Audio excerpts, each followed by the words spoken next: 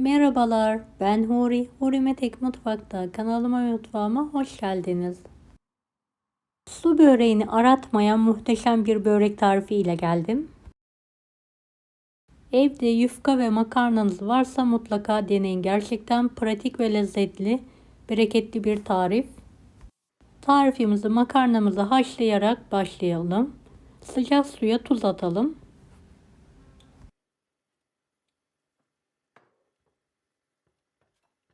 Yarım paket fiyonk makarna kullandım. Daha farklı makarnalar da kullanabilirsiniz. Yumuşayana kadar haşlamaya bırakalım. Makarnayı içinden alarak suyunu atmayalım. Sosu için 2 su bardağı sulu yoğurt, 1 su bardağı içme suyu, 2 adet tam yumurta, yarım çay bardağı sıvı yağ. Tüm malzemeyi karıştıralım. Ben kendi yaptığım ev yapımı yufkalardan kullandım. Küçük boy olduğu için 5 adet yufkayı fırın tepsisinin altına yerleştiriyorum. Hazır yufka kullanırsanız 1 adet yufka yerleştirmeniz yeterli olacaktır.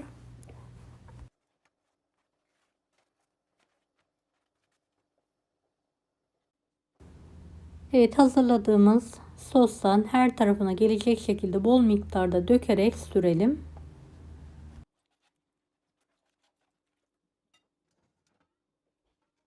Dört tane yufkayı makarnayı haşladığımız suda hafif bir şekilde ıslatalım.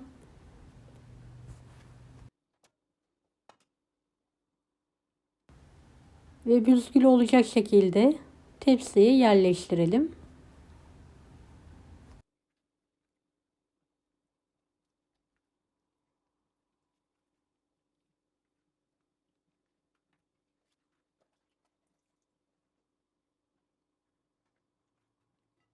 Sostan bolca dökerek her tarafına gelecek şekilde sürelim.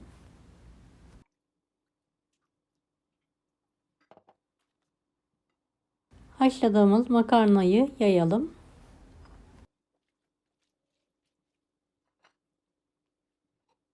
Beyaz peynir ve kaşar peyniri rendesi kullandım. Karışık olarak her tarafına gelecek şekilde tam orta kısmına yayıyorum.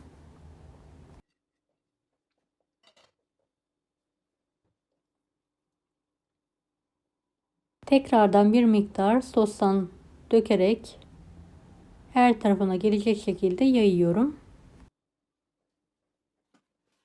Evet, kalan yufkaları sıcak suda ıslatıyorum. Daha sonra soslu karışımın içine alıyorum. Bir miktar da sosla bekletiyorum.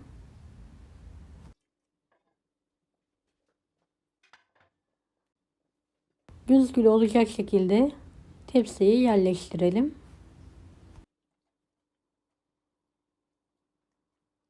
Üzeri içinde 5 adet yufka kullandım. Hazır yufka kullanırsanız 4,5 adet yufka kullanmanız yeterli olacaktır. Videomu izlerken buraya kadar geldiyseniz yorum kısmına herhangi bir emoji bırakırsanız bana destek olmak için sevinirim.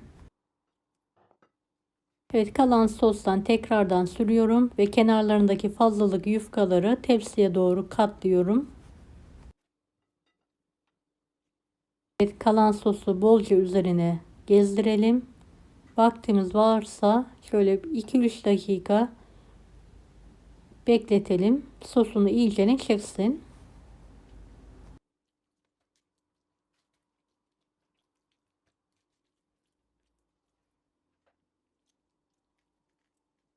Önceden ısınmış 170 dereceli fanlı fırında üzeri kızarana kadar pişirmeye bırakalım.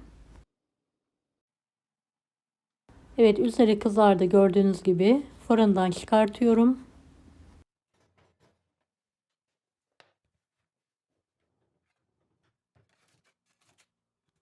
Böreğin alt kısmının da nar gibi kızarması için farklı bir tepsiye alıyorum.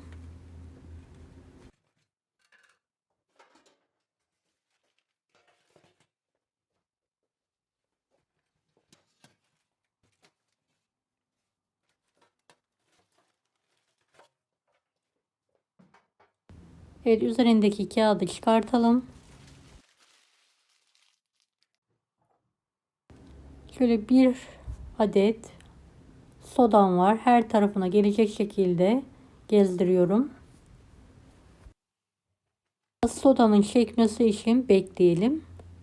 2 seferde dökelim.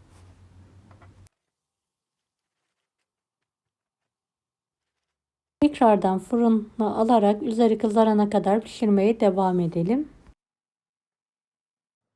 Evet, üzeri kızardıktan sonra tekrardan ters çeviriyorum ve kendi halinde soğumayı bırakıyorum.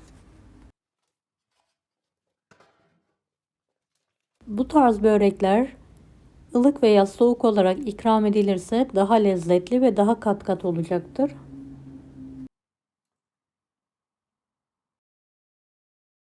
Evet, kendi halinde soğuduktan sonra makasla küçük dilimler halinde kesiyorum.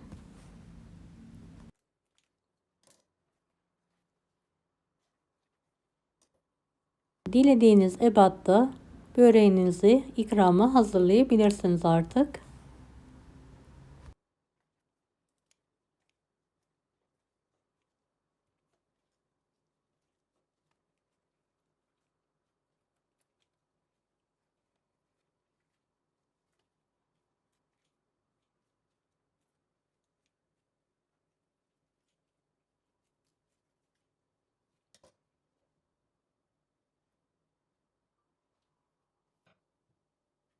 Hem lezzetli hem de pratik bir börek oluyor.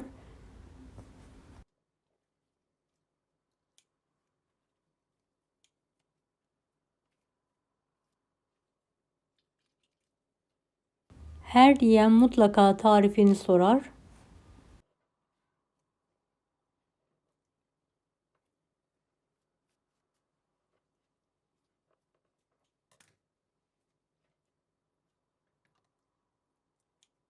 Deneyecek olanlara şimdiden kolaylıklar dilerim. Kanalıma ücretsiz abone olmayı unutmayın. Bir dahaki videolarda görüşmek üzere. Allah'a emanet olun. Hoşça kalın. Daha farklı tarifler için bunlara da izlemeyi unutmayınız.